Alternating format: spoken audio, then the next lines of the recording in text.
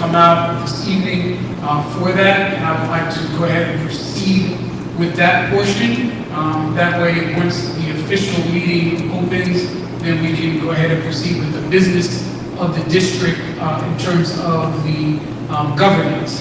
However, the recognition of students and staff, I'm going to go ahead and get that underway. Thumbs up if you are in agreement. All right, perfect. We'll start this evening with our elementary principal, Ms. Thea Jackson. Bye. Yes.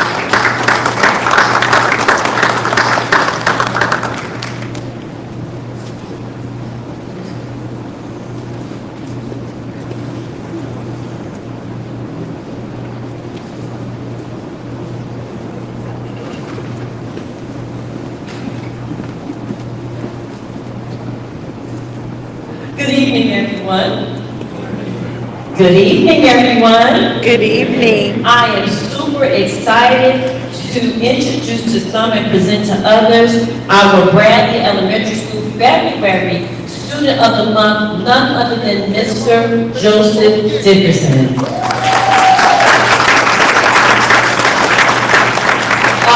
Please come on up, Mom, and come on up, Grandma. That's right, come on up.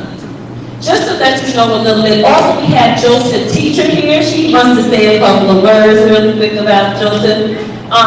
During our walkthroughs, Dr. Adams can attest, we have looked at Joseph's writing samples, and Dr. Adams has looked and he's like, this is an exemplar. He was so excited when he saw it on the bulletin board.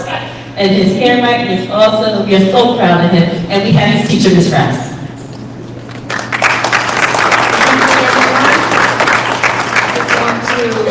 Commend this young man right here. He is certainly deserving of this award. He is an outstanding student, not only on paper, but he is also an outstanding young man. He is always respectful. He always makes sure that he gets his work done correctly. And when he has any problems with anything, he is wise enough to raise his hand and make sure that he gets an understanding before we move on with anything. So I'm super proud of Joseph Dickerson, and congratulations, sweetie, you deserve it. So Joseph, we have a couple things for you. We have some Bradley School wear, of course. And Ashley, as his mom, we have some Bradley School wear for you. And Ashley, it would not be possible to have Joseph without you, so we want to give you your flowers. And without Ashley, we have to give Joanne her flowers for giving you, for giving us Ashley, who gave us Joseph. So this is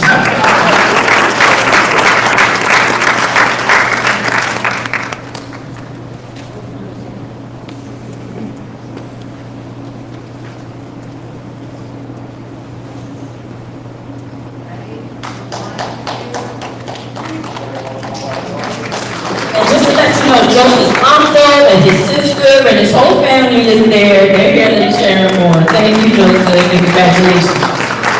Our Bradley Elementary. Next, we have our Bradley Elementary School staff member, none other than Mrs. Blythe Conforti. When I tell you, she has been the wind beneath our wings. When her co-teacher was out for more than half of the year, she held it down, and we are so proud of her, and her faculty and the staff said thank you for everything that you do, and we appreciate everything you did to hold everything together. So congratulations and thank you. And Ms. Conforti, starting tomorrow, you part in the principal's participants. Big stuff, right? Thank you. Thank you, Ms. Jackson-Byers. We're going to bring up the high school principal, Ms. O'Neill.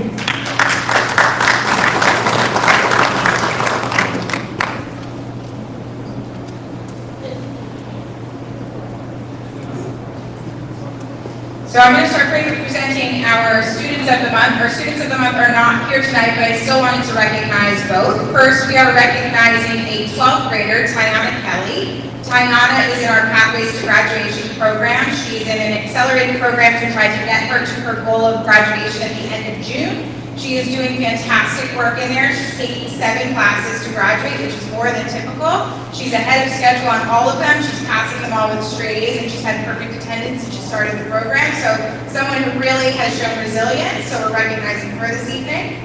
And then for 7th and 8th grade, we are recognizing 8th grader Fakai Gross. He is in our Dream Academy program. Fakai has maybe the most positive attitude you will ever see. He makes me smile and laugh even when things are not funny. He is getting straight A's as well. He has near perfect attendance, and he's just been a really great breath of fresh air. He will advocate for the 8th graders. He will come and talk to me and air out his grievances. He's just a really all-around good character kid, and he's doing a great job. So.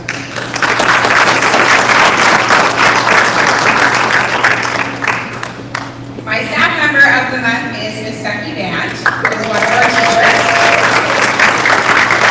Miss Band is also just a really positive attitude in general. She is always smiling. She's someone who always volunteers first to help out. This year, she brought a Holocaust and Genocide Studies class to our school, and she actually has helped facilitate a partnership with Stockton University that will start next year, which is another dual enrollment opportunity for our students. So really exciting for us. That will be in addition to Dream Academy and serve even more students with college readiness. So she brought that to us and really pushed me to consider it and get all the information, and we're really, really excited about it. So congratulations.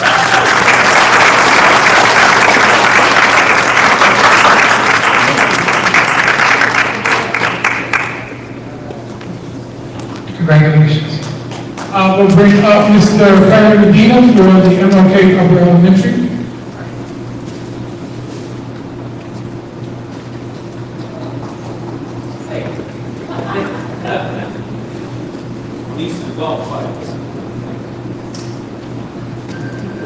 Thank you very much. Again, my name is Perry Medina, principal at Dr. Martin Luther King Upper Elementary. On that on our state. My student of the month is none other than 6th grader Emily Salmon Torres. I'd like to invite her and her family up.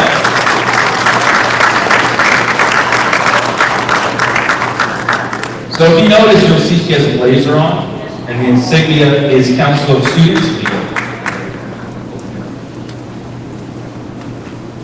Emily was recently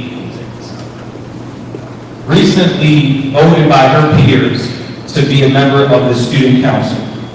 And that comes with great responsibility. However, we know that she is up to the task. Not only that, she's a straight A student. She is a wonderful, wonderful human being, and we are so proud of what she has been able to accomplish. And she is a very great example of the talent Asbury Park has and the talent that we can cultivate. Emily, I'm proud of you. Mom and Dad, thank you so much. Emily, sister.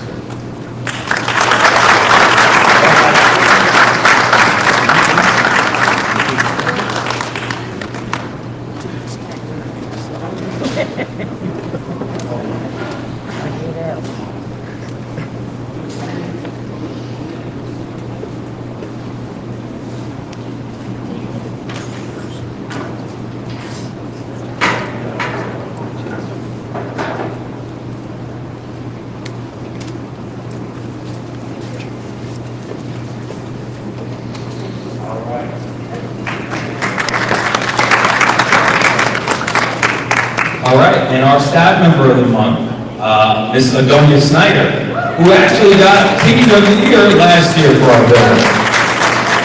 So, if you would like to bring up the family too. All right. So, Ms. Snyder, as I mentioned, got Teacher of the Year last year for MLK. She has been such a great help, great support, committed to her peers, committed to the school, committed to her students and parents. And we are extremely fortunate that we have a part of our team because she is able to complement all others to get the job done. So thank you so much, Ms. Snyder.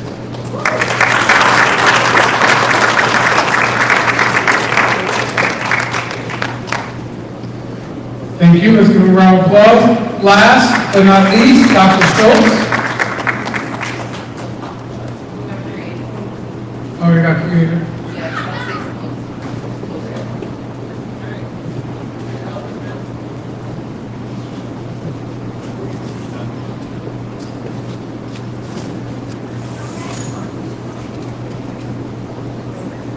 Good evening, everyone. It is with delight and great pride as the principal of Thurgood Marshall Elementary School that I call up a young lady who is a third grade student, who is not only a member of our safety patrol and volunteers in every school event and takes initiative. She is someone who is making gains academically, has stellar attendance, and has been quoted by her peers and teachers alike of being kind, nurturing, and supportive to all students pre-K through third grade at Thurgood Marshall.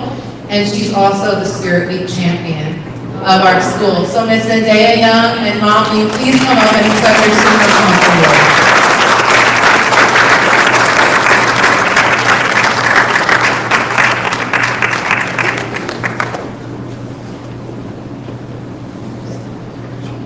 And for you, a backpack filled with a lot of your favorite things that we talked about today.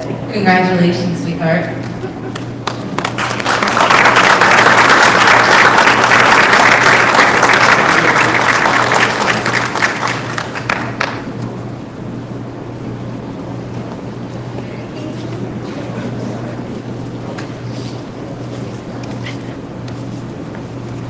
And now for our staff member of the month. I am again beaming with pride for this month selected by his selection by his peers. The staff member of the month is someone who is in his 23rd year of service for the Asbury Park School District for the Office of Safety and Security. He had perfect attendance last year and is on his way to gaining perfect attendance for this school year. He is truly the first person any visitor at Thurgood Marshall sees. He knows every family, every student, every staff member, and we hear nothing but positive things about him. Mr. Keith Turpin, will you please come up and accept our staff member of the month? And we got very creative for you. Here is a card from your students with its Random Acts of Kindness month. So your students wrote Random Acts of Kindness there. Thank you that you do each day for you. So thank you.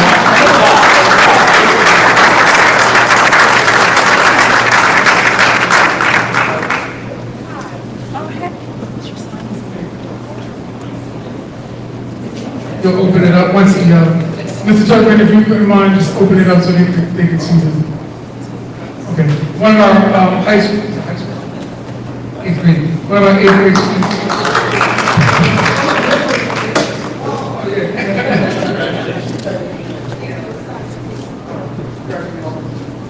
All right. We're going to have a little repeat because he just came. So our 8th grade student of the month is Mr. Fakai Gross. Come on up, buddy.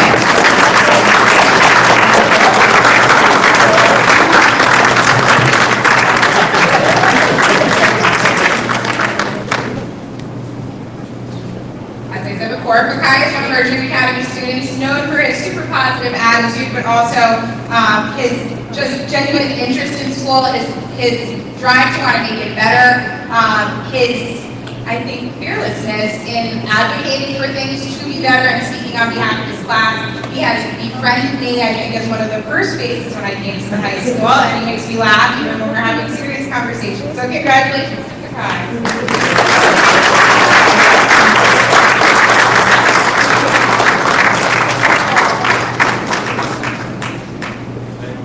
Thank you.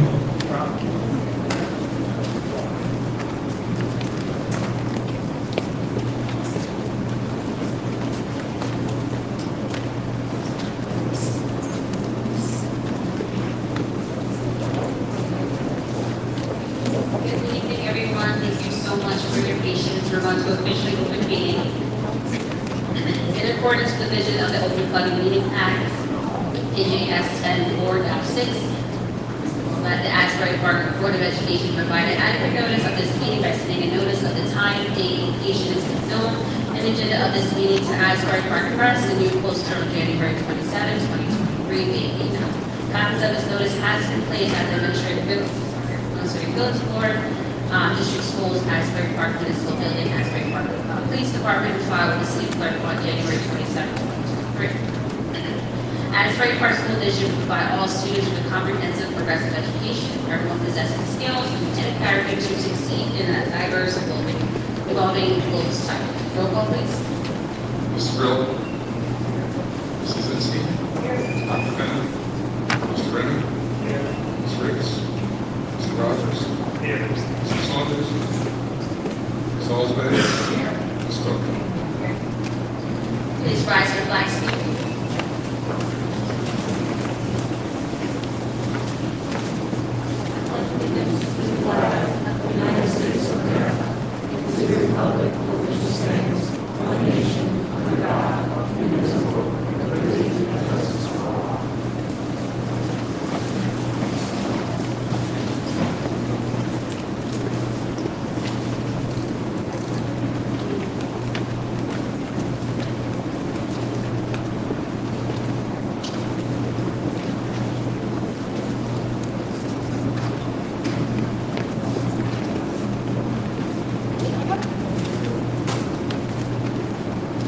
Good evening once again. We're at the portion of the presentation, so I just wanted to update the community on a couple of things prior to committee reports. As we've been moving in more, we've been consistently transparent with our message regarding the updates of academic programs within the district. Contrary to any misinformation, as I indicated last month, there was zero intentions of dismantling the Allied Health Program. This evening before the board, there will be a recommendation for the hiring of a staff member, as I indicated last month, that we will be moving forward with that, as well as tutoring services for our students in the Dream Academy program, 11th graders, through the Alpha Phi Alpha fraternity, the Monmouth County chapter, I forget the exact Greek letter name. However, they also will be providing SAT tutoring to our Dream 11 students, as well as having additional tutors for our students in the Allied Health program, which we were able to secure through Rutgers, as well as the physician that is one of the tutors is the wife of one of the members of Alpha Phi Alpha fraternity, who actually does volunteering at Thurgood Marshall and has been doing that for the greater part of this year. Yes, she is a physician, MD. So with that, wanted to make sure that that was clear before there was any potential misinformation regarding where and how we're moving with our programs. Additionally, I met with the Student Advisory Committee today, which I do monthly, and addressed some of the concerns regarding lunch for Bradley and Thurgood, moving from nuggets to patties and chicken patties. But also, during that meeting, we were able to have a candid conversation about some information that the Dream Scholars in 8th grade were being told that we were dismantling the 8th grade program going into next year. I want to be very clear, as I was to those students, if you do not get the information from my mouth, do not believe what you are being told. Do not believe anything written by a blogger. If you do not hear it from me, and there are students in the audience who were sitting in that meeting this morning, our young man right here in the front row, and the misinformation regarding the Brookdale dual enrollment program, which we have been working with Brookdale and President Stout of Brookdale, had a meeting with him last week regarding the transition for all dual enrollment programs at Brookdale for every school that has a dual enrollment program in Monmouth County. So let me say that one more time. Every school that has a dual enrollment program in Monmouth County and a partnership with Brookdale will be transitioning from the associate degree program to a 30 college credit program, beginning with next year's 9th graders. Let that sink in for a second. We are not dismantling any of our dual enrollment programs. We are not dismantling the allied health program. We had to move the materials and equipment because we have HVAC work being done in those classrooms. Let that sink in for a second. Because I came today for all the smoke. Because the one thing that we're not going to do is continue to hear the misinformation and the deliberate disinformation about what's going on in Asbury Park when it directly impacts our students. So, we will be bringing in cosmetology and eliminating the law and public safety, the law on public safety, CTE. We have gone to Jersey City to visit Lincoln High School, which has one of the oldest operating cosmetology programs in the state. Almost 50 years in existence.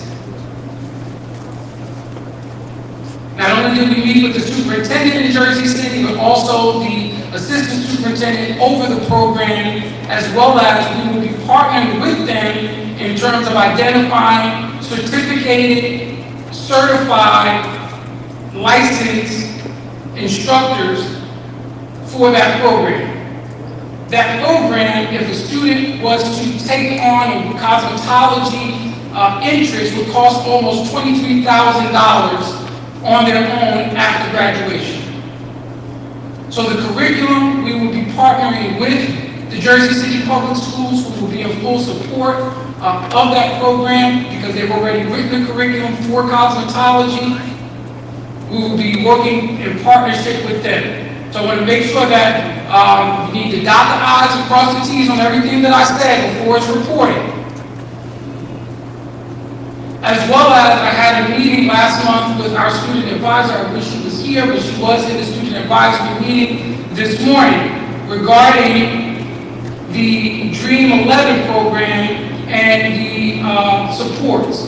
One of the things that came out of that meeting is those high school students that are at Asbury Park will be volunteering on Tuesdays and Thursdays when they are not taking the SAT prep class at our elementary school students to do volunteer hours at not only the high school, which was one of the areas that the students expressed an interest in doing and working with the 7th and 8th graders, but also Bradley, the upper elementary, and Thurgood Marshall.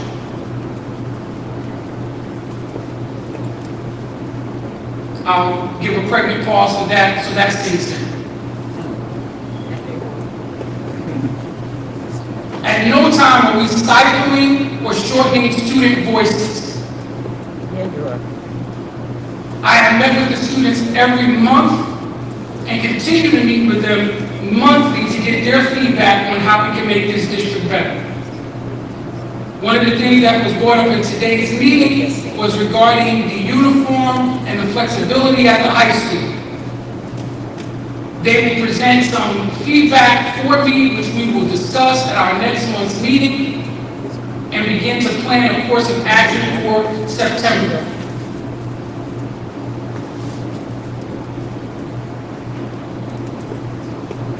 Again, I want to reiterate, the president of any association does not speak on behalf of the district. I am the superintendent. I am the chief academic officer. I speak on behalf of the operations and the execution of those operations for the district. If it doesn't come out of my mouth, if it's not in writing,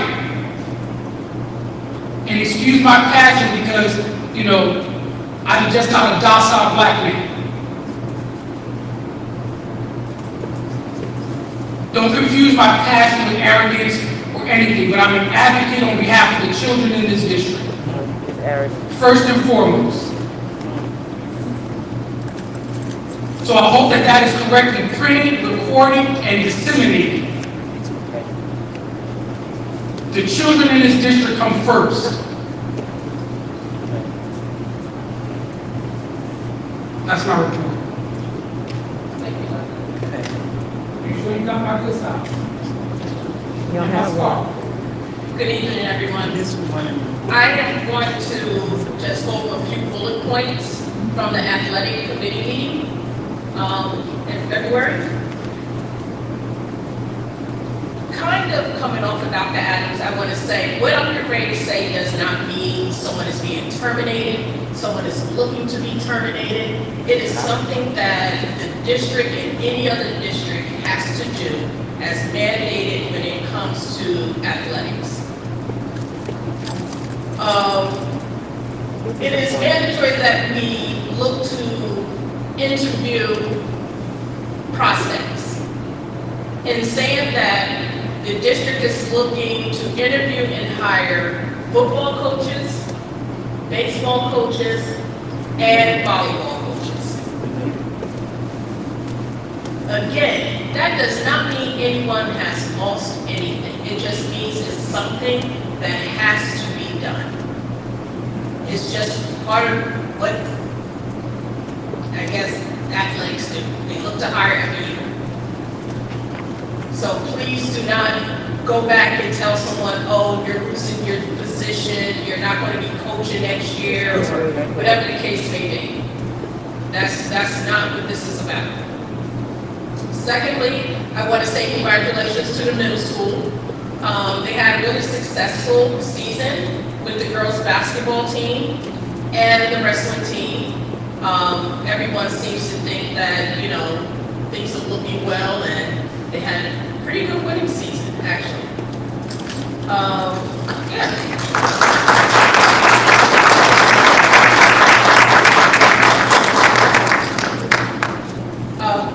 That's pretty much it. No, just, that's it. But please, again, no rumors. Anybody concerned, anybody want to bring up something you feel like, oh, athletics said they're hiring. You have a whole personnel department. I'm sure no one is saying that, you know, we're losing anyone. Thank you.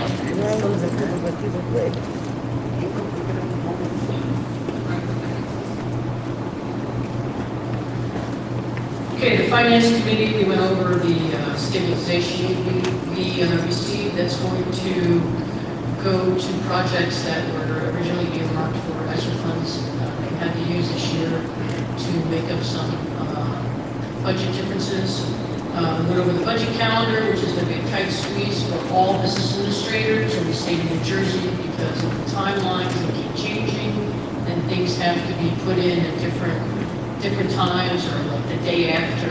It's a really busy season for business administrators. So we are thinking about, or we should, if we can have a special meeting on March 16th or before then, to put in a tentative budget for if that date's acceptable. The elevator project, Dr. Martin Luther King Middle School upper middle school is going to be hopefully done by the first week in April. We also have, we also have a change order for the rooftop unit, the kitchen area, the upper elementary, because of the airflow, so that's on the agenda. It's a greater increase in airflow than anticipated. Our capital report, they're supposed to be presented in April, March or April, and so far, no findings that we know of. We also discussed food service bids that have to go out, because the timelines at that time where we go out every 4 years. And then we're also looking at the substitute services that we have, see whether we're going to go out for a bid, and that's my report.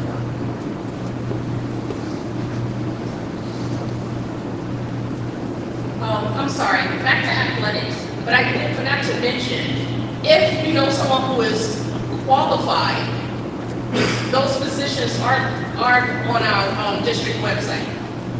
Okay, so, not that, as far as qualifications, that they will find that out on the district website. The qualifications are all postings. Again, just to reiterate and provide clarity, all coaching positions are yearly positions. Every year, coaches have to reapply, re-interview for all coaching positions. Once you're hired as a coach, that does not mean you're the coach until you retire from coaching. That is by law. So to open up, again, to expand the pool of candidates, that is what Vice President Alsby is referring to. So trying to expand the experience pool, and as a former athlete, iron sharpens iron. So the best coaches, it's a meritocracy, best players, meritocracy. So that is what that is intended to do, to strengthen our pool of coaches in order to strengthen our pool of programs. So that's what that is intended for.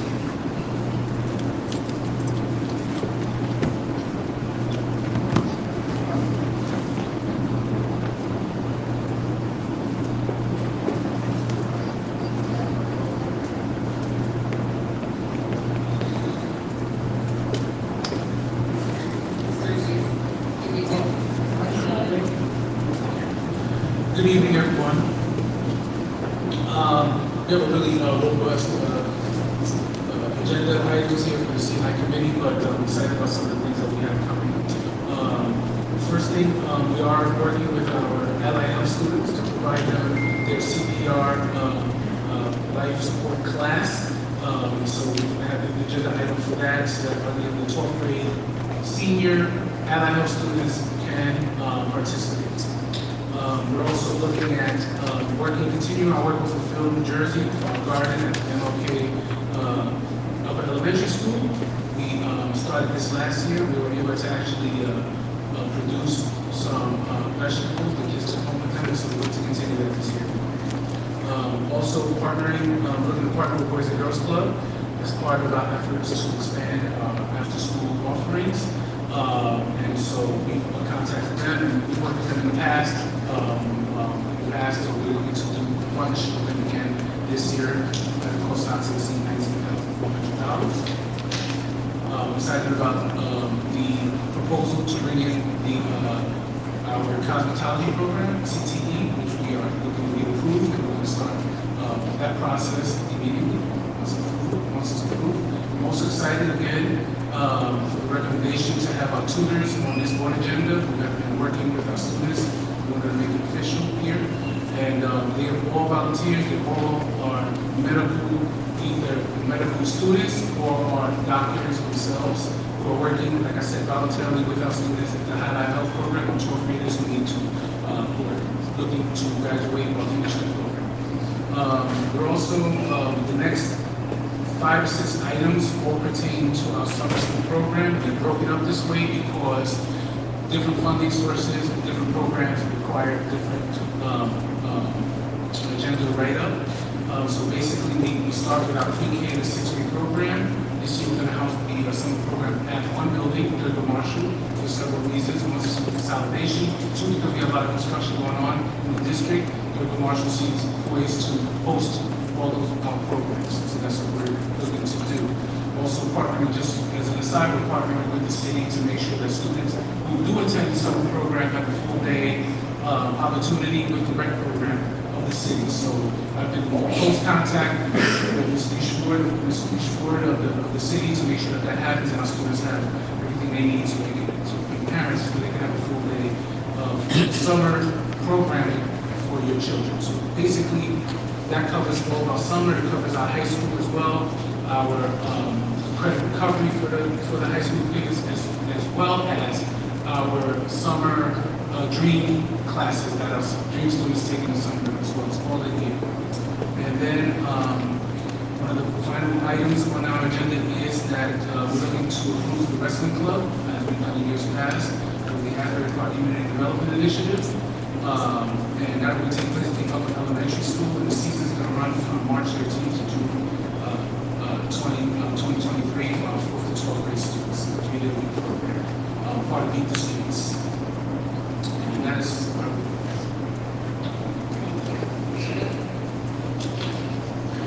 Thank you, Madam President. Buildings and grounds. So, Ms. Lisinski covered a couple of the items regarding the architectural services and ESSER funds, elevator. But we did get a facility use request. We received application for use of the football stadium by A7FL. And the tackle football league that has used the stadium in the past. They're going to pay the associated fees for use for Sundays, March and June. It's like a local XFL league. The committee received an email from the Asbury Little League regarding a 1,000 use fee. They've asked that use fee be waived based on several upgrades that they like to donate to the district, including a new scoreboard, batting cage netting, picnic tables, and regrading of the infield. Central office relocation and future use of the Obama building.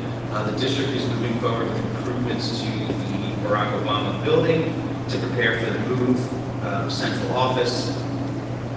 From 4th Avenue, the district ordered new routers, switches, wireless endpoints to match the upgrades being done in other buildings throughout the district. Also, other items were, we had a water pipe burst over the recent cold weekend, a few weekends ago at MLK. The water impacted 4 rooms on the 2nd floor, 4 rooms on the 1st floor. The incident was reported to the district insurance carrier, and remediation activities are underway. I don't know, since we met, are they still underway or finished? Well, they cleaned out, removed all the debris and impacted areas. The next step will be refurbished and get everything back in. And then the committee also discussed refurbishing the softball field opposite of the varsity baseball field at the high school. What was that? Anyway, so that's my report. I did want to piggyback for a moment on what Ms. Halls Bay said, and also what Dr. Adams said about rumors and misinformation really quick. I don't know if everyone knows, but New Jersey actually became the first state to mandate K-12 students learn about information literacy. And my personal opinion is, I think there's also a lot of adults that should take that information literacy class. Dr. Adams is being very nice and not really mentioning the blog. I'm not that, I will lay it down. This blog that you hear us talking about, okay, is a blog that is funded by the Results in Education Foundation. What is the Results in Education Foundation? It is a nonprofit that supports charter schools with a budget of over $6 million. The author of, and the person that, I don't even want to say reports, but spews this misinformation and, in her own words, gossip and rumor, okay? Any piece of trash that gets thrown her way, she gets paid, and you can look this up in their 990 form, $133,000 a year. That's up from $125,000 last year. How many people here made $133,000? One person. What I'm saying is that we need to be really careful about where we both receive our information from, okay, and know where to connect the dots. If there's a political agenda, and this woman's political agenda, and this organization's very well-funded political agenda is to increase enrollment in the charter schools by bad-mouthing public schools and public school teachers, not just in Asbury Park, but also all over New Jersey, okay? And it's a tough gig. Trust me, I don't envy Ms. Waters because New Jersey has the #1 public schools in the country. So what do? They pick on the weakest so-called weakest school district, former Abbott districts, including Newark, including Camden, and including Asbury. So I just want to make people aware where this agenda is coming from. They want to see you put out of business, teachers. They want to see all of these schools locked up and all the kids go to charter schools. That is their mission. It is a very well-funded mission. And you know what? Shame on you if you're sitting there giving this person rumors and emailing her all kinds of misinformation about the schools. Because I know there's teachers here that work their butts off, there's students that work their butts off, there's staff that work their butts off, and there's people over here that work their butts off every day to make sure that we do what best we can for our students. And this lady thinks she can come around and do this. Go ahead, try me, Mr. Waters. Me, Joe Grillo, school board member. That's all I am. I got nothing to lose with this thing. So if she wants to go and sit there and badmouth us, go right ahead. I'm going to badmouth her. I'm going to make sure that I find out every little bit about this Results in Education Foundation. But the charter schools aren't going to win. Everybody talks about these little expenditures here and there. Nobody talks about the $12 million that we spend every year, that we have to take of taxpayer money and then funnel it to the charter schools. They want to see more of that. They want to see these buildings closed, and I'm sure as hell not going to make that happen. That's all I got to say. Thank you, Joe, for saying what I wanted to.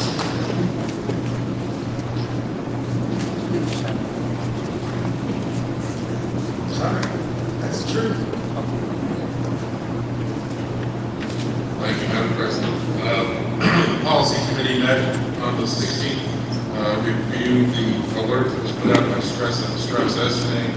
That's the group that provides most school districts across the state with updates that reflect changes in legislation or law. There's about 14 policies and regulations there for second reading in the agenda tonight. The committee also discussed our policy on student-provided technology devices and talked about the cost of repairs made to damaged light devices and how we might go about recovering some of the costs associated with broken screens, lost machines, those sorts of things. So they have some ideas, but they're not ready to present anything at this moment. That's all for me.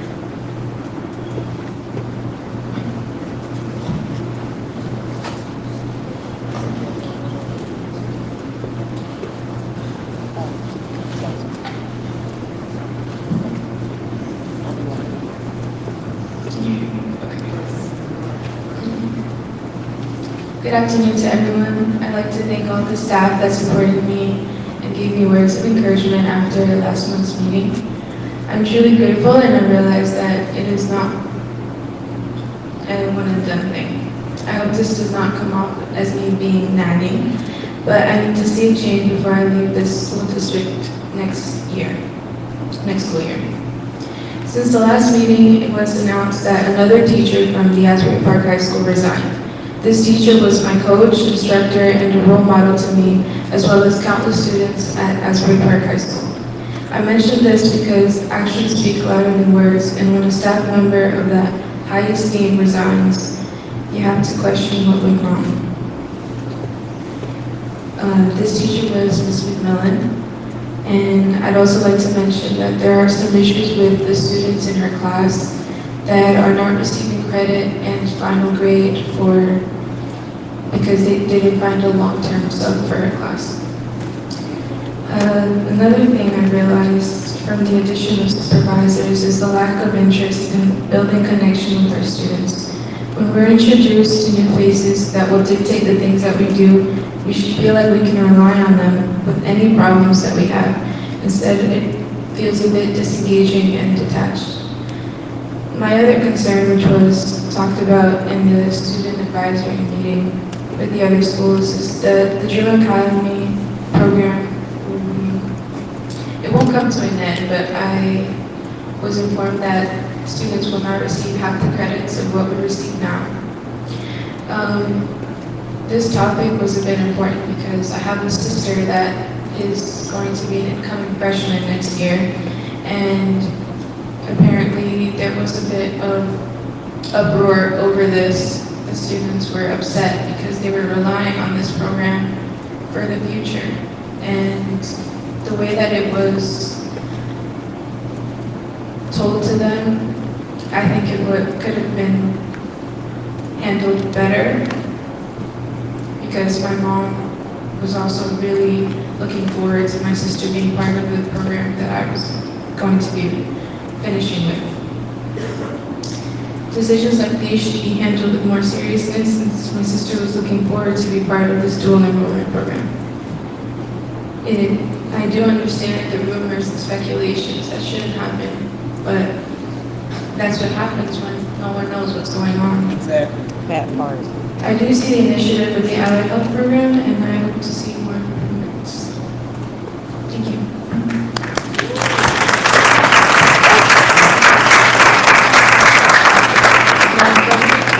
If I may follow up on one item, I did have a communication with Ms. Miller, who, if everybody doesn't know, she just had a baby. So she is a very young infant, and she accepted a position at 6 minutes from her house in town. So with childcare and other things that she needs to take care of, it was a good move for her. And she did say that she loves Asbury Park High School, so just wanted to add that. Thanks, sweetie. Okay.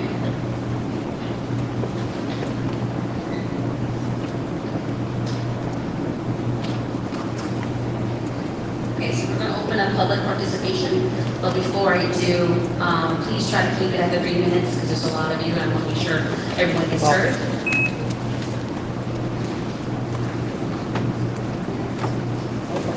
At this time, we'll open up public participation.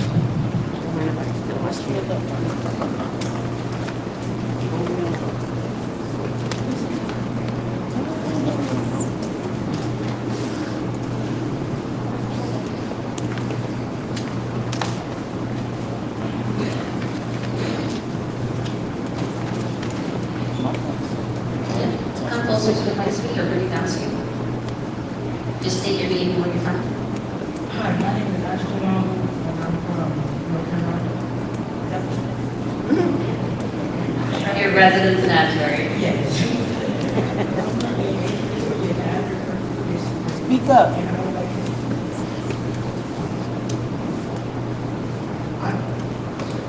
I am currently an 8th grade student in the Asbury Park School District. I would like to inquire about a restart to the Law Enforcement Academy. My professional endeavor is to become an attorney. And I am in a law enforcement academy allowing me to be exposed to all aspects of law enforcement. The exposure will broaden my understanding of law. In my introductory course, I discovered the Bill of Rights and I applied that learning to my basic life.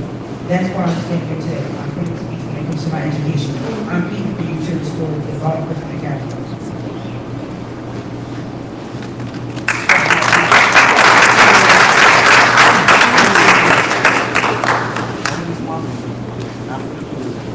Hi everyone, I was just introduced to you as the new student of the month, but I'm also concerned about my education. Hi, my name is Fakai Gross. I'm also currently in school in the Asbury Park School District.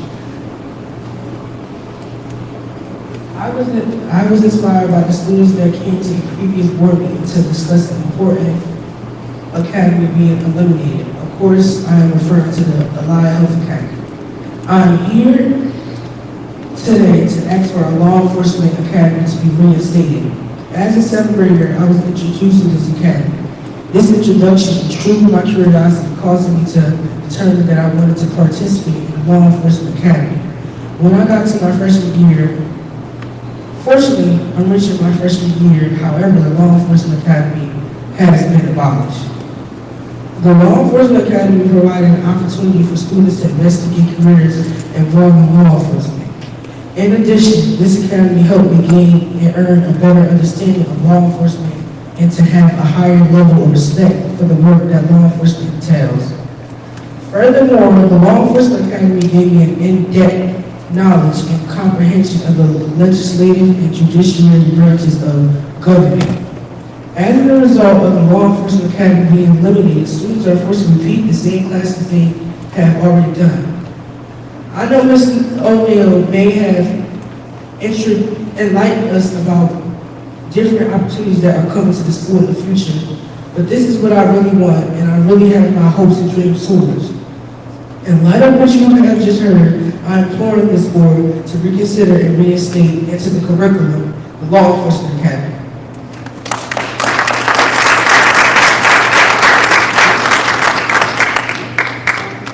Hello, my name is Mariah Wilson, and I'm from Asbury Park High School. I feel like the law and public safety program, it helped me learn a lot about law. At first I wanted to be an actor, but once I joined the class, I learned lots and lots, and it made me want to become a lawyer in the future. So being that we don't have the program now, or we don't have allied health, it's like, I'm trying to figure out what's next. But maybe if we were to bring back the law enforcement program, we all will be able to pursue our dreams within the law enforcement.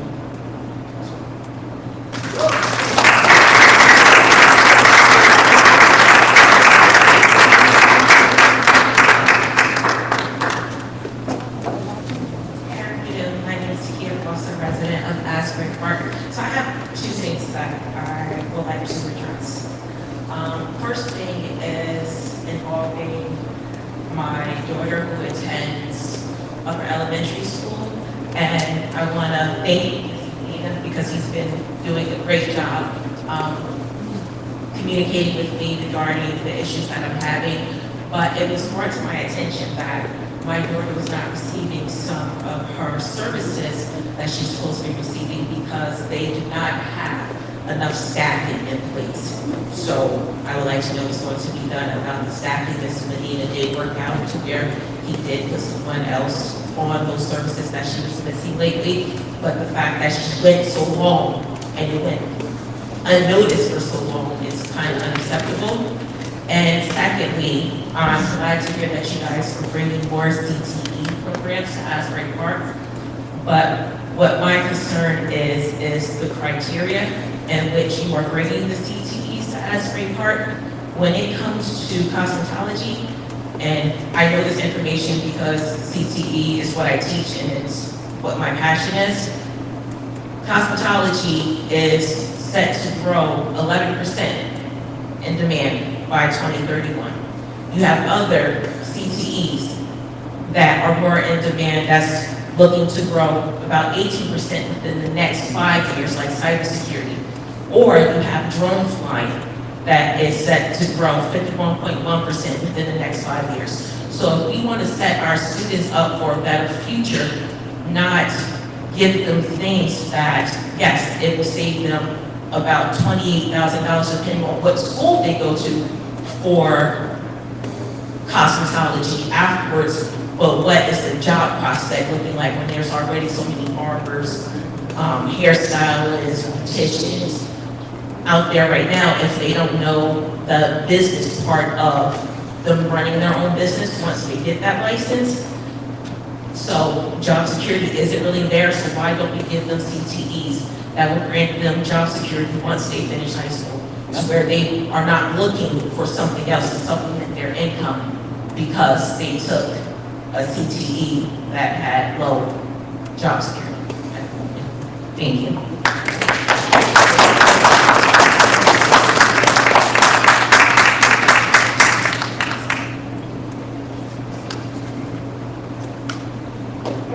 Well, you guys always throw me for a loop. Good evening, my name is Maureen Casey and I reside at 1670 West Princeton Avenue in Brick. I was employed by the Asbury Park Board of Education for 34 years and retired in June of 2021 due to needing a hip replacement. I was so excited to see a position being posted with a closing date of 2/14/23 and to see that there's an addendum tonight that just got put on. I had a nice 3-minute, 3-second little talk about how I went through the whole process of filling out the application completely. Letters of recommendation, got my resume buffed up, sent in everything, completed and done.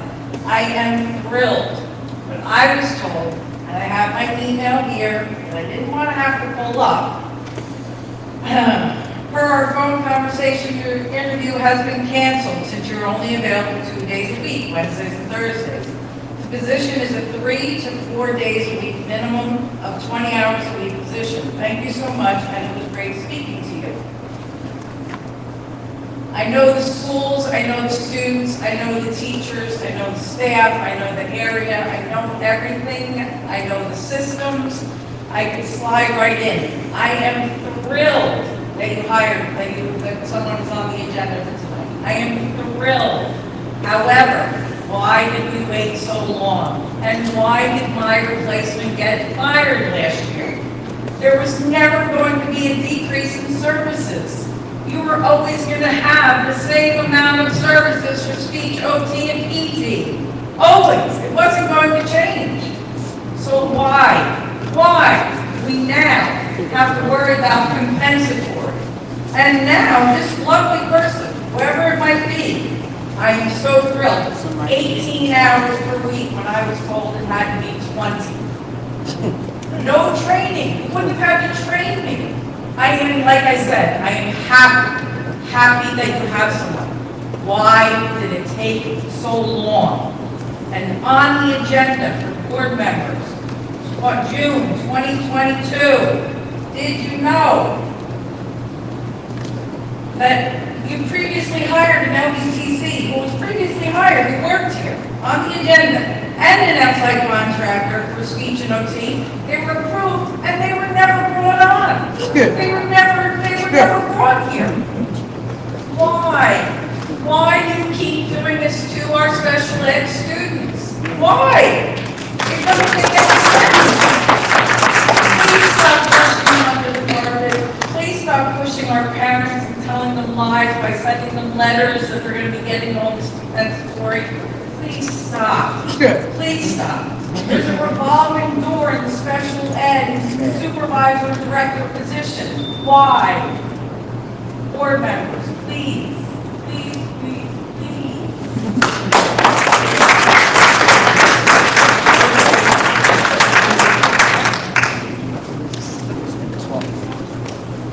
Good evening. Lemon, Jerry Street, Asbury Park. Two things. First thing, I was going to speak on the uniforms. I know I came in November and asked about the color. They can have khaki and black. That's what my understanding is. Kids come to school, but since they don't have the color uniforms, they have to get attention. But I think if you just allow them for this year to work it out for next year, wear black pants, as long as they come to school, they get the education. And they go to attention.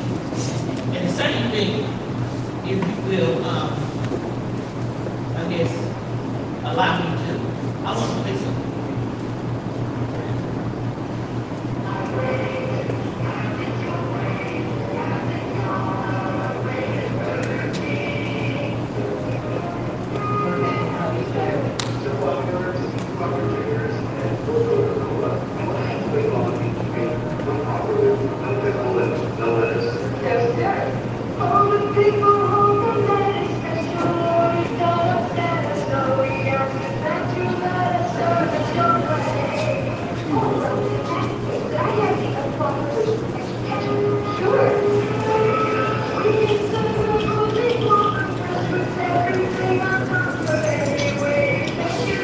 I'm sorry, ma'am, excuse me.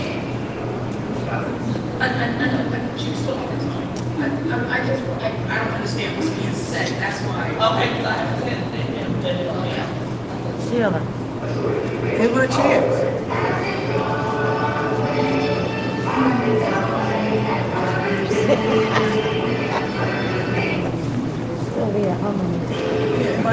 Okay, I played that for a reason, because people come in this district and think they can have things different.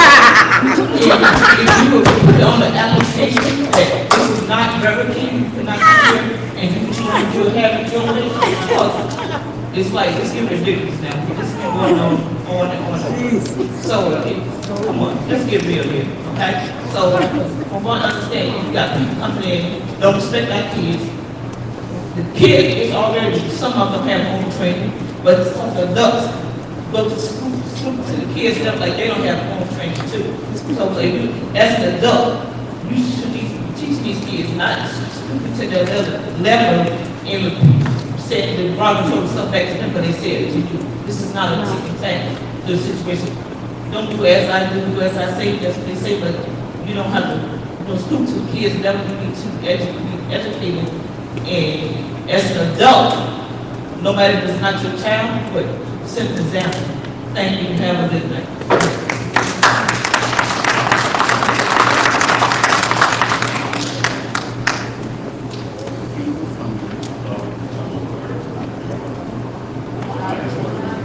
Hello, I just wanted to say I have a problem with Amy, my director. I don't know, he just comes to our school, like, I don't know, but I basically had a problem with my friend. We're having one point that's he starts, he's basically speaking to me, like, disrespectful. He's talking about stuff like the back's not going to make the apartment, and he just likes to go back and forth about things. I'm not doing something like this prison, it's happened. It's actually like the second, it's my first 12 week. It's the first time I was nervous. So I had a problem with that after my record, and I just felt offended because something like from the department or something like that, and after something was telling the kid as a professional. And yes, I said stuff to him, but that's not, it's like after the fact, he disrespect me about saying stuff like that. And they try to say I'm a fake athlete, they say fake basketball player, telling me this picking with me after I'm telling me being born, I'm 17 years old, I'm the best of it. It's just, I'm not the first person to have it. I'm just here to get that for myself. And I care about myself, my mom, I got shit at work. I just want to speak out, but it's not just happening to me, it's happening to kids.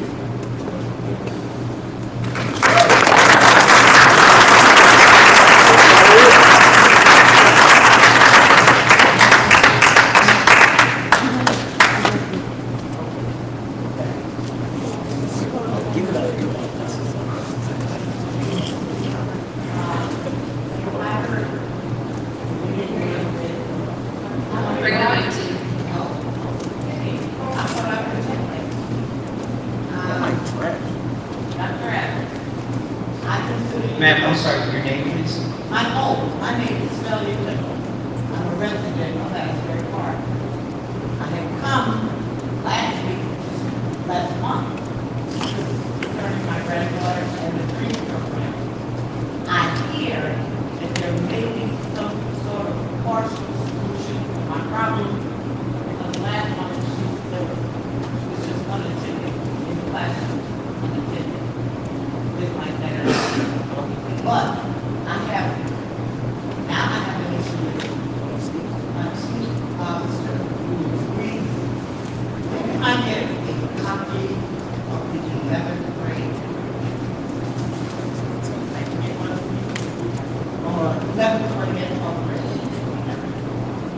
But my question to you, sir, is there is something going on, and maybe because I think I read this blog that you're talking about. So I spoke to another person who goes to Asbury Park High School, and she told me he's in a program. It's in the library. He's in the 11th grade. He was going to school midway after the second learning period. Whole schedule got changed and he goes to the library. Okay. And I asked him, all right, so you go, and he told me he's working on some subject. And I said, okay, so how long do you work on it? He said, as soon as he finishes each one of the subjects that he has to do, he said he could leave.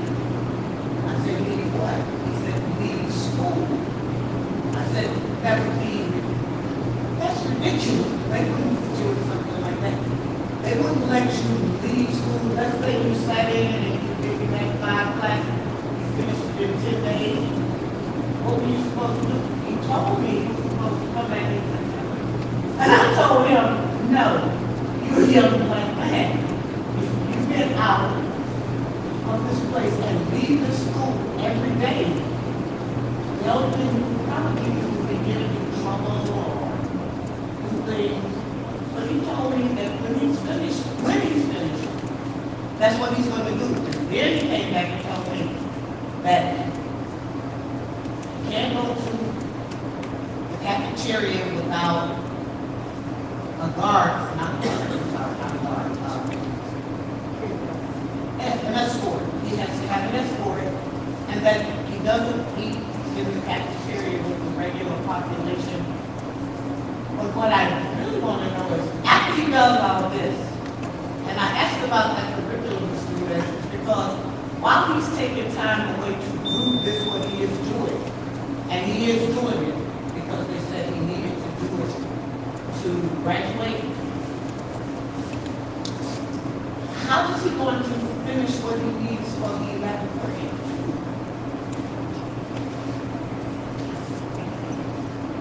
I don't understand. How can he finish what the 11th grade courses that he's going to do, that he's missing now while he's in the life? That's my question.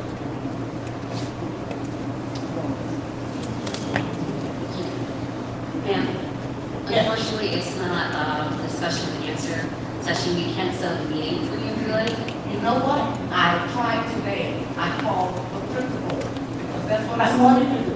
Sit down with somebody so they can say, talk to me, tell me about it.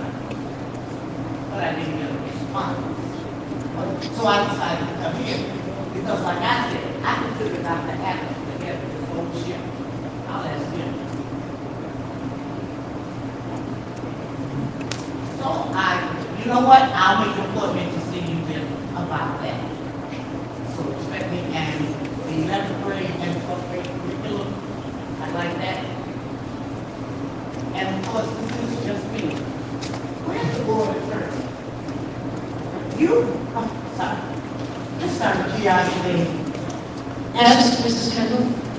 Somebody else needs to get up in 3 minutes. I'm sorry? Your 3 minutes is up. Can somebody Okay, else and the board attorney, just out of curiosity, how can we have that monitor, that physical monitor right there replaced?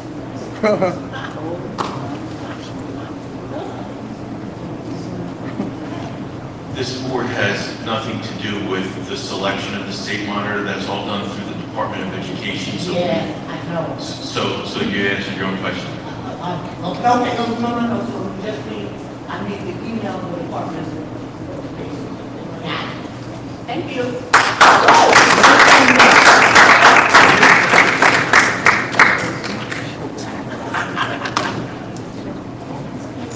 Good evening, my name is Ines Nolan. I reside at 1101 Banks Avenue.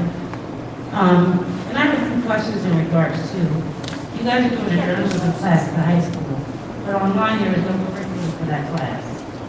So I'd like to find out if there is a curriculum and how can the parents obtain that information so they know what their kids are doing in that class, and who's actually teaching that class.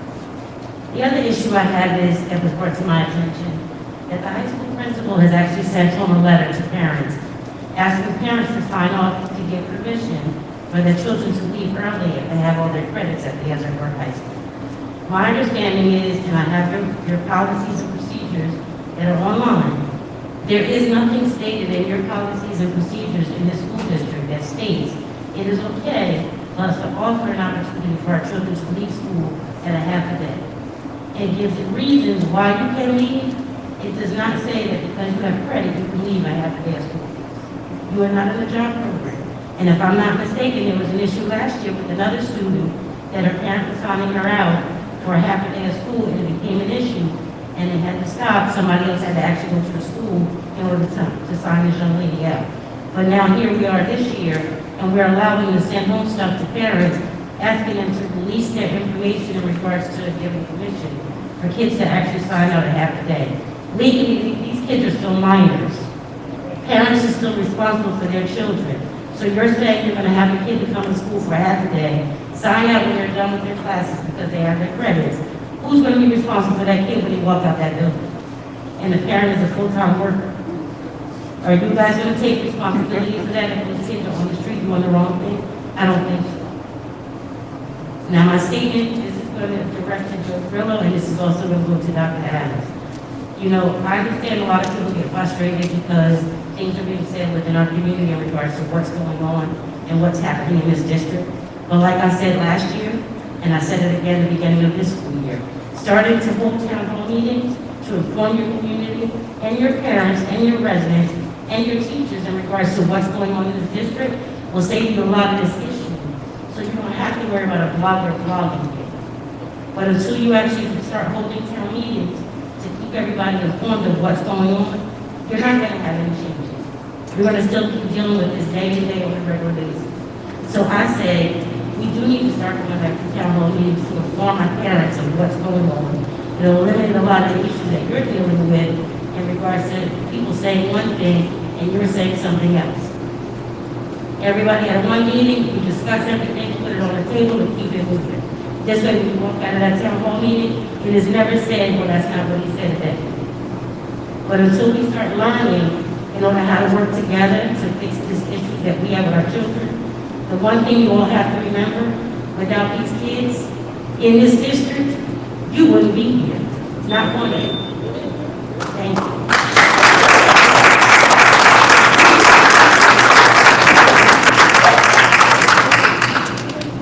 I'm sorry, really quick point first, privilege.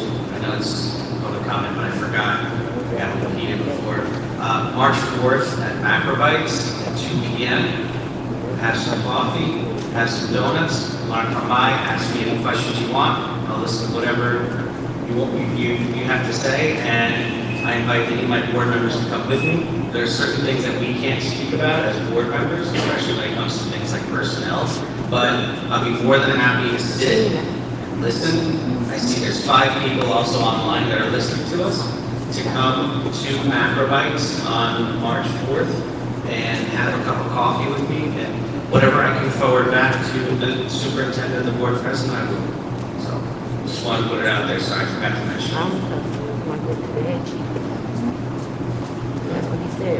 My name is Washington Avenue, lifelong resident of Asbury Park, graduated from Asbury Park High School. My question is this, I got 6 kids coming up in the curriculum, 6, all right? They're in all walks of school. I got one in high school, but technically 4 in high school because it's not middle school. I got one that goes to this school, and I got one that goes to the first thing I have is the uniforms, which I'm sure y'all addressed in that already. But my thing is I'm a single father, all right? We're full time, 45 to 50 hours a week. My daughter comes to me because she ain't got a school uniform dirty, she didn't wear it. She got detention. That's not cool. That's not cool to the point where she's like, well, I'm not going to school because I ain't got the uniform. My thing is, it's not about the uniform, it's about education. So why is my daughter getting detention because she didn't have a school uniform? It makes no sense to me. Now, like, it's just ridiculous. You know, another thing is, the middle schoolers, right? What more is there for me to do? All right?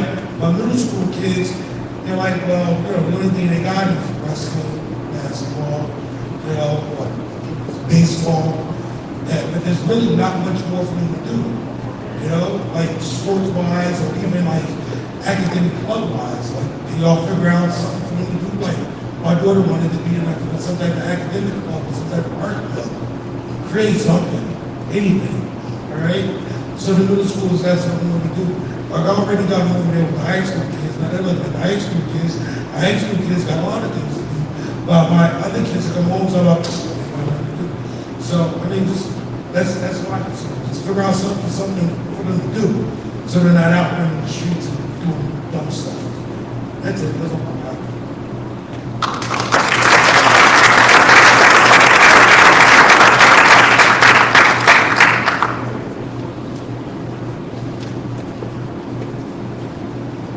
Okay, at this.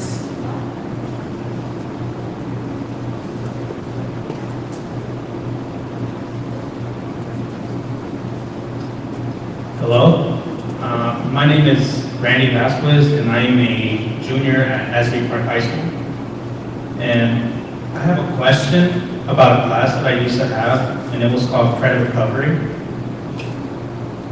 I want to know what that class was meant for, or what was the reason I had it. And it was removed on Genesis, and I have no clue what I earned from that class. All I did was just sit in that class, and I want to know what happened to those hours that I had to do while sitting down. Do I get those hours towards my buyback hours that I need to complete? Or why was credit recovery removed? That is my only question. Thank you.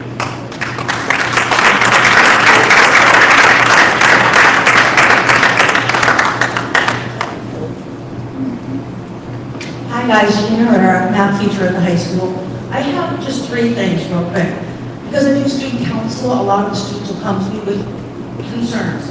And so my first one is actually the SAT prep, which is for the dream kids. I'm going to read to you. Only 4% of colleges now require test scores. 4%. I know because my daughter's in college now, she was part of it last year.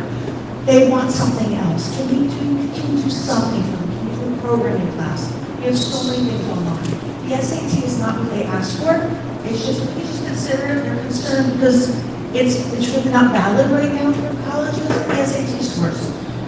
Second of all, my daughter was in Dream Academy last year. She was valedictorian. She's now at Casey University. She has 2 semesters to go. Thank you very much. And she's only 18.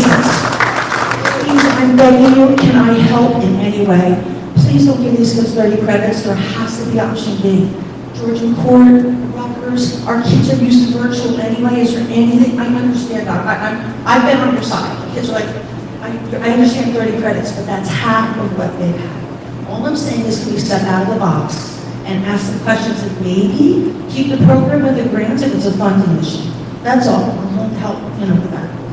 And then the third and final thing is also the CTE program. I want to cry because I was part of the CTE program from the get-go. I was the math consultant. I still want to cry. We lost Ms. Goodwin. I'm glad we're keeping out that help. We still have the engineering. We lost school on public safety. The kids are begging me for it. They're begging. It's not 1, it's not 2. You heard from the 7th graders. I have a senior who's in tears because she couldn't finish that program. All I'm saying is, I'll go to the cosmetology. I'm on the same line as the CTE woman. I have a 24-year-old son who makes $120,000 a year as a cybersecurity person. We have 0 computer knowledge. 0. I teach them. I haven't done it in a while, but if you need me to go back, I will. They need some programming. Even if we start with Minecraft, that's where these kids are going to make the money. They're not going to make the money selling hair. It's just, I don't even know where that came from. The CTE program was to keep our students, was it not? It was to increase our enrollment. What parent or charter school students will say, oh, let me send her as a practice about hair? If you say we have engineering, we have computer classes, we have allied health, we have these things that are marketable skills. Now their daughter just got a job offer for $140,000. She's 27 years old. She does marketing. She does websites. Ava, my 19-year-old, is in a website design course right now at Pace, and she loves it. She loves it. Please, I will help. But my heart is breaking for these kids because they want to learn and they want to do things that are marketable. That's it. I'm so sorry.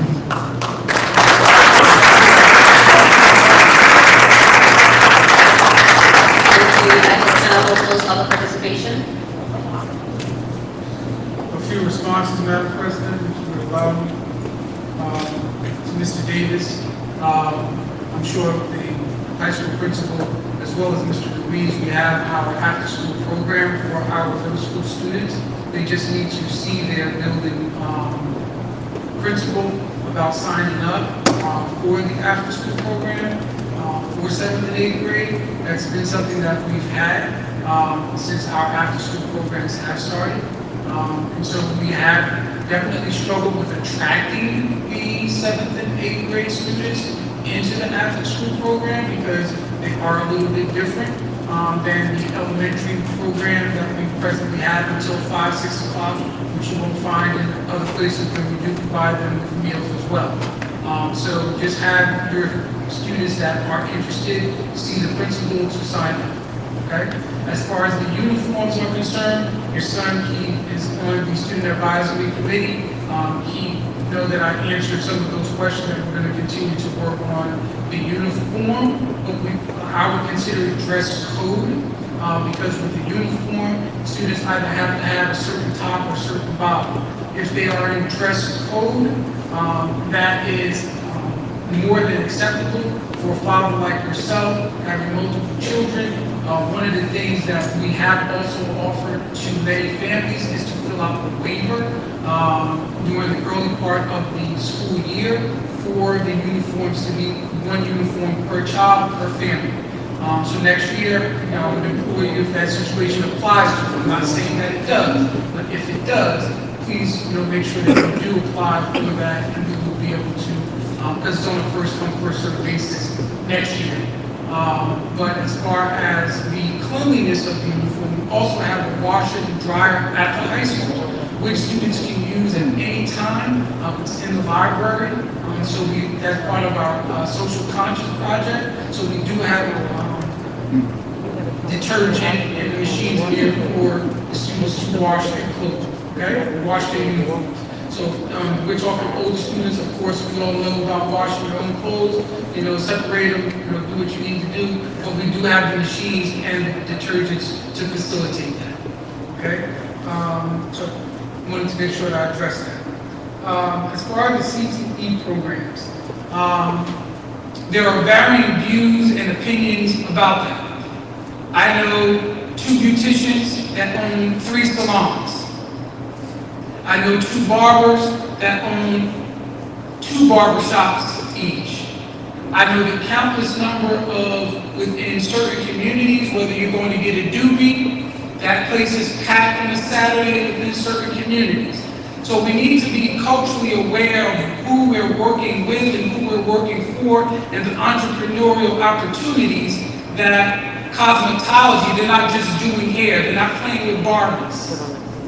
So we need to be a little more mindful of what that means within the context of the communities that utilize those services. For a certain number of people coming out, it is the only opportunity to have a gainful entrepreneurial opportunity after some of them have been incarcerated. So to minimize the opportunity of a cosmetology opportunity, where they can take those skills and transfer them to wherever they want to go. The world is a lot bigger than just Monmouth County, New Jersey. So those skills and those licenses are transferable. So I want to be mindful that we have taken into serious consideration after after the law and public safety staff member resigned and relocated to Florida. We are not in the position of going into any professional's room and indicating that they have to go. They have seeked employment elsewhere. I'm sure all of us at one point or another have sought employment in different locations for various reasons. That is what some of the other professionals have done. We are not in the business beside asking for an exit interview as to the reason or rationale why staff members have left. For example, Ms. McMillan came out on maternity leave, God bless her, and her new baby, thinking about what's best for her and her family. One of our teachers of the month, who was here, had a baby when she was my special ed teacher, decided to come back. But had she decided to make other options for her and her family, that would have been up to her and her family. So to make that connection and that Grand Canyon leap, that people are leaving here because somehow just things aren't that good, well, let's just say there are business reports out there that finding employees in the nation right now is hard to fill. So we are looking to fill our science positions. We're lucky that we were able to find a physician to fill the CTE allied health position. We've been looking for hard-to-fill positions such as chemistry, bio. Those are very hard positions to fill, not just in Asbury Park, but within the state of New Jersey and nationally. So it's very good and easy to have a myopic approach when you're looking at things from a small lens. But we need to think macro on how what we're doing and what we're offering our students is, in a lot of ways, offering them the opportunity that they will have, that they'll never have to worry about getting fired from a job. If you employ yourself, you'll never have to worry about being unemployed. So I think we need to be a little more cognizant of some of the conversations about what that means. I don't know one barbershop that's not packed on a Saturday morning. Excuse me ma'am, excuse me ma'am, excuse me ma'am, excuse me ma'am, excuse me ma'am, excuse me ma'am.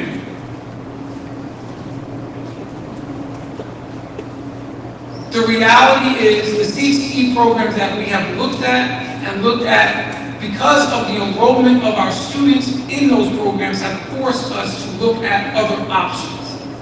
This was not an overnight, I just had a cup of coffee and now I have an espresso rush that I need to come up with a new fantastic idea.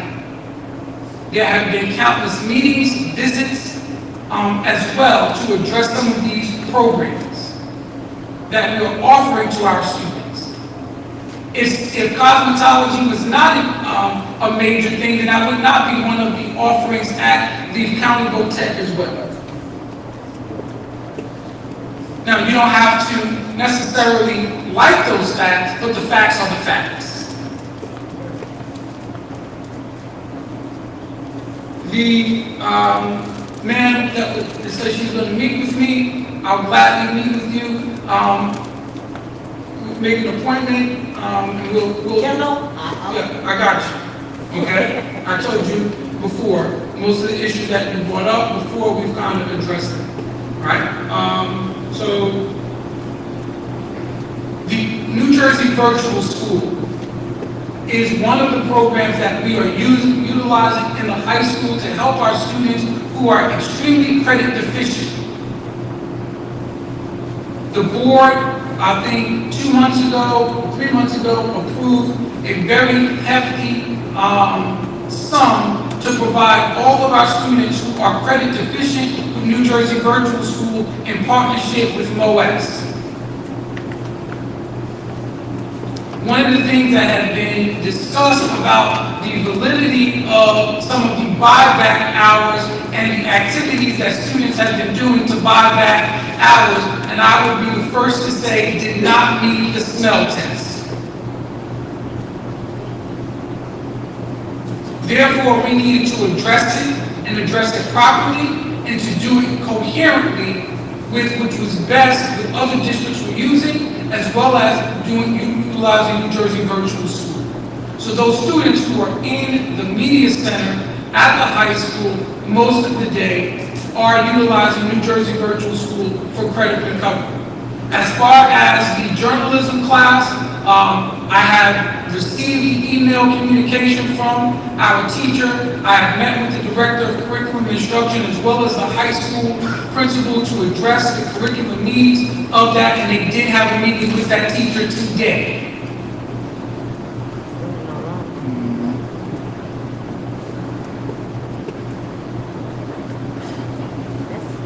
Half-day release, I will be looking into that because, again, I may know a lot, but I don't know everything. And I will be the first to say that when I don't know, give me some time to look into it, and I'll give you feedback on that at next month's board meeting. Town hall meeting. We are looking to do one, but the board is looking to do one. With Madam President, Madam Vice President. I will attend, but that is not my meeting. That is the Board of Education's meeting. If 90% of your questions revolve around curriculum and instruction, then please send me an email, make a phone call, set up an appointment, because I oversee the operations. As far as policy and governance, that's on the board.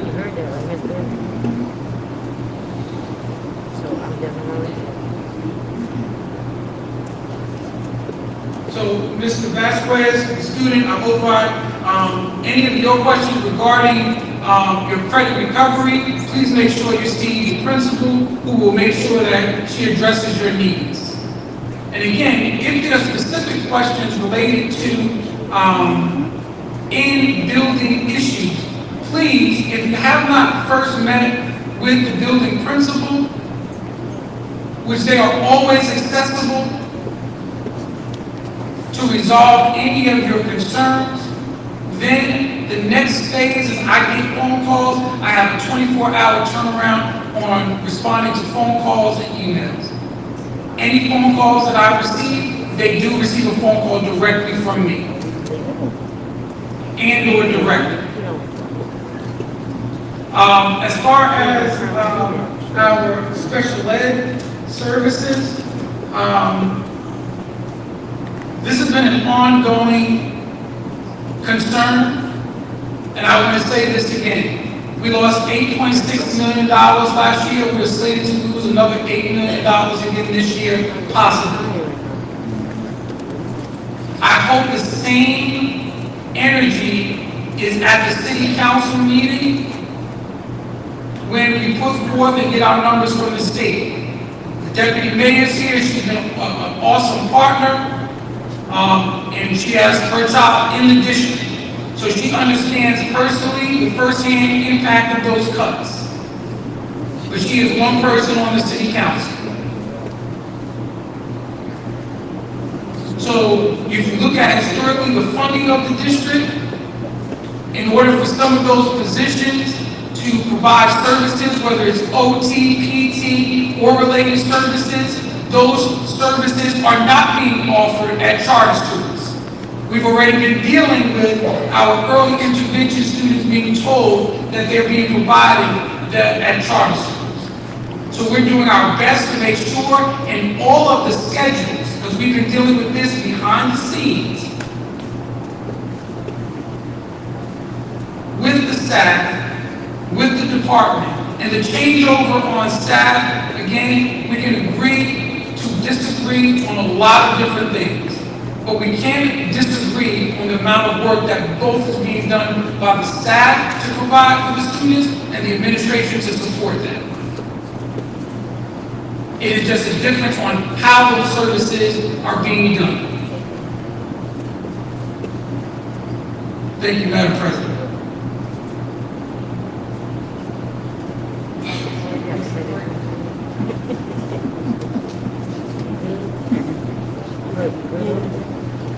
Good evening, everyone.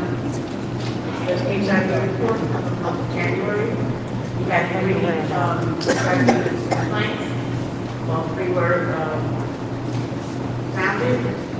There was a description of incidents, verbal name calling, meeting name calling, mocking offensive comments, and the principal in those instances took care of those matters.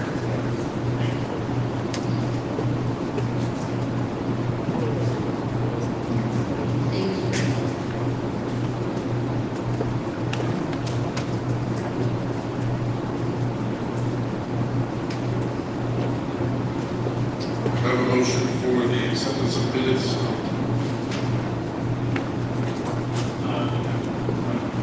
I'd like to change my vote on previous board minutes, items 7 and 8. Okay, for the members who are here, Mr. Rogers is making a motion to allow himself to change his votes from the prior board meeting, specifically items 7 and 8. You'll recall that we previously did this for another board member, and we would take the same approach to doing it for Mr. Rogers. So we would need a motion and a second, and from there we'll do a roll call vote. Second.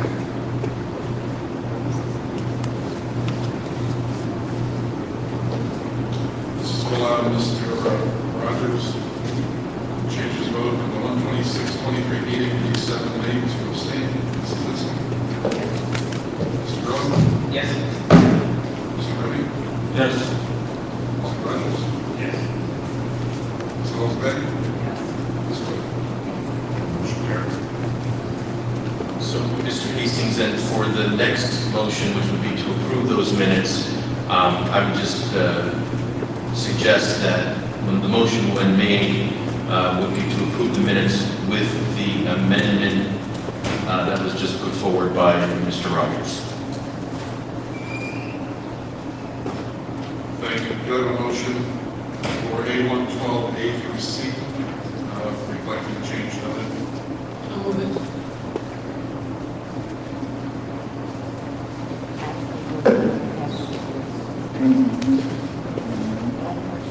Mrs. Zinsky? Yes. Ms. Cook? Mr. Rowan? Yes. Mr. Remy? Mr. Rogers? Yes. Ms. Osbeck?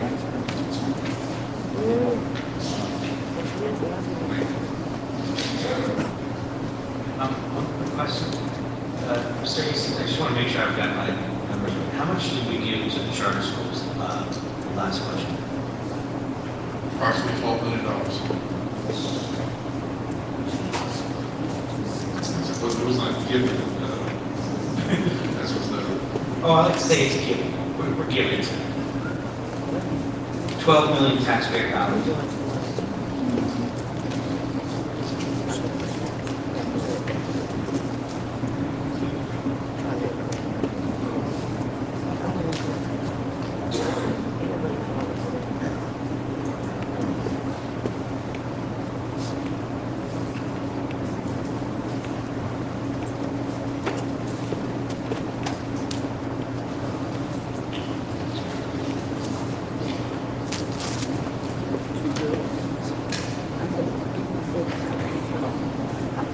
I have a motion for all items C1, which is C4, number 14.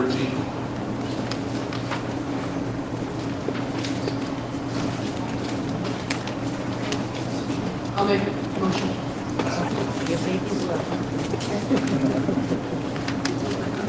We have a second, please. Second. Questions, comments?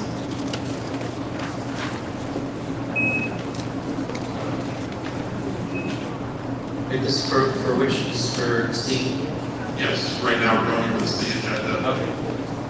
So that's all items C1, number 1 to C4, number 14.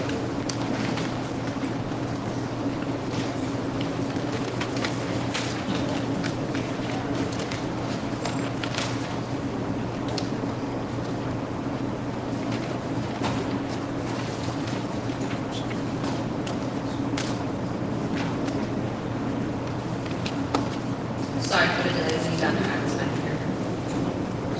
While we're waiting, Mr. Hastings, I saw it before, and now of course I can't find it. The axle rod trip. Where is that? Oh, that's on the B, okay. I just want to make sure. It's on students. Okay.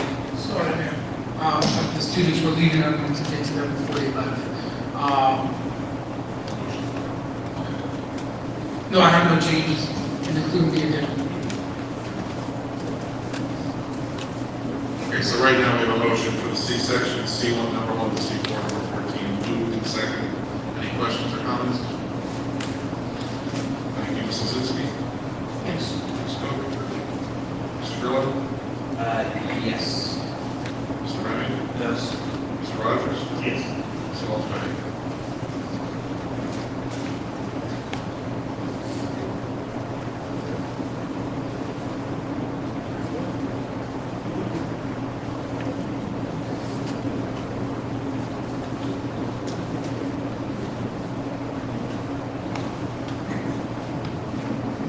Our action with consent agenda for all items B1 through B6, number 1, B1, B6, number 2.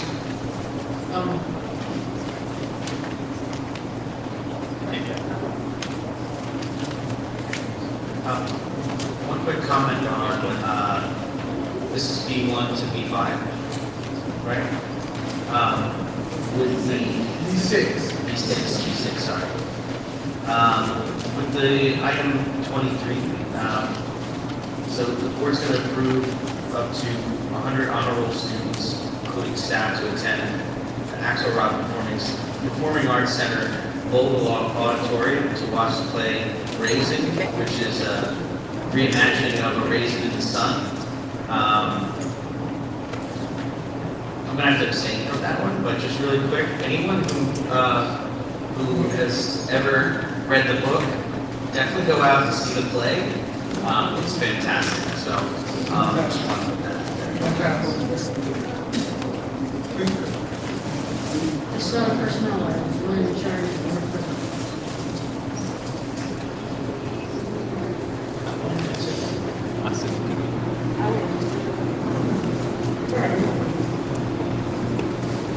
So, I don't get any gain from it, so. I don't get any gain. All right, so we have a motion on the table, B1 number 1, B6 number 2. It's been moved and seconded. Any other questions?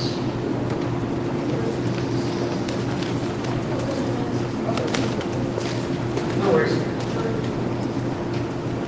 Thank you. Seeing none, Mrs. Zimsky? Yes. Mr. Cook? Mr. Grillo? Yes, Mayor. Mr. Remy? Yes. Mr. Rogers? Yes. Thank you, motion carries.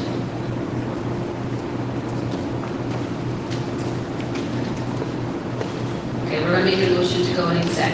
So whereas the Open Public Meeting Act allows exclusion from discussion at the public portion of the meeting of certain matters as outlined below, and whereas the Asbury Park Board of Education wishes to discuss such matters meet and will make such decisions public when proper conclusion has been reached. Now therefore, by be that it resolved that the Asbury Park Board of Education will hold a closed executive session on this date, February 23rd, 2022, at the Asbury Park, New Jersey, for purposes of outlined below, litigations, contract matters, client matters. Motion, please. I'll move it. All in favor? Aye.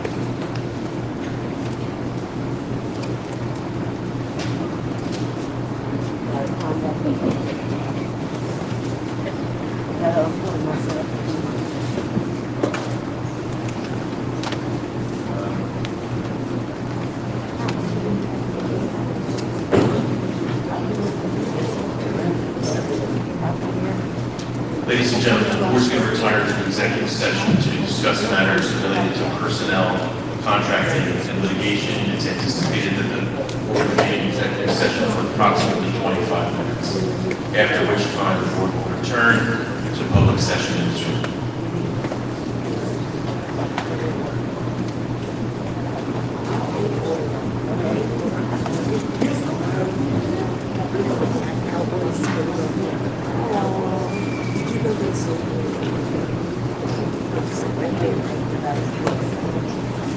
Yes.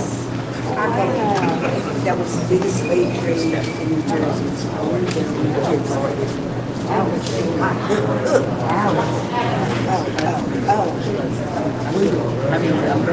I got to see Thank you. When we go to New Jersey, it's like I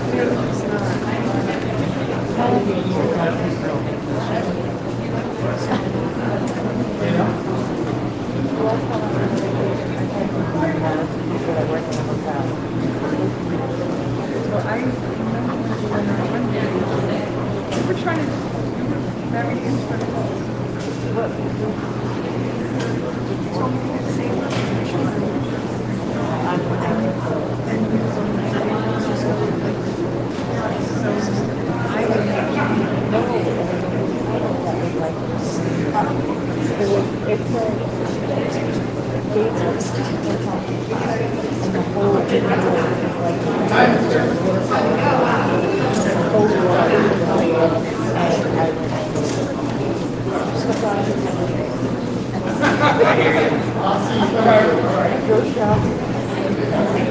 I'll see you later. All right, congratulations. Oh, thank you, thank you. You used to have kids at there, right? Oh, where? Where do I know you from? I'm stopping in Asbury I'm old. I've been here forever. I'm old too. I've been here forever. My mother used to be a clown on the boardwalk. Uh-huh. So I grew up with Uncle Terry and the guy that used to run Sandy's Arcade and the ladies that I like. So I you lived grew on up in Asbury? Yeah, but I didn't go to school here.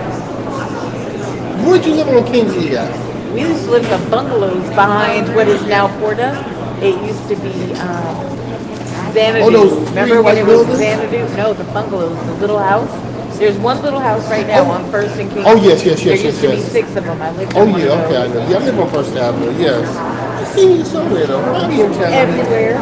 Because I get up on stage and yell at people. I be all over. So who owns that last house over there?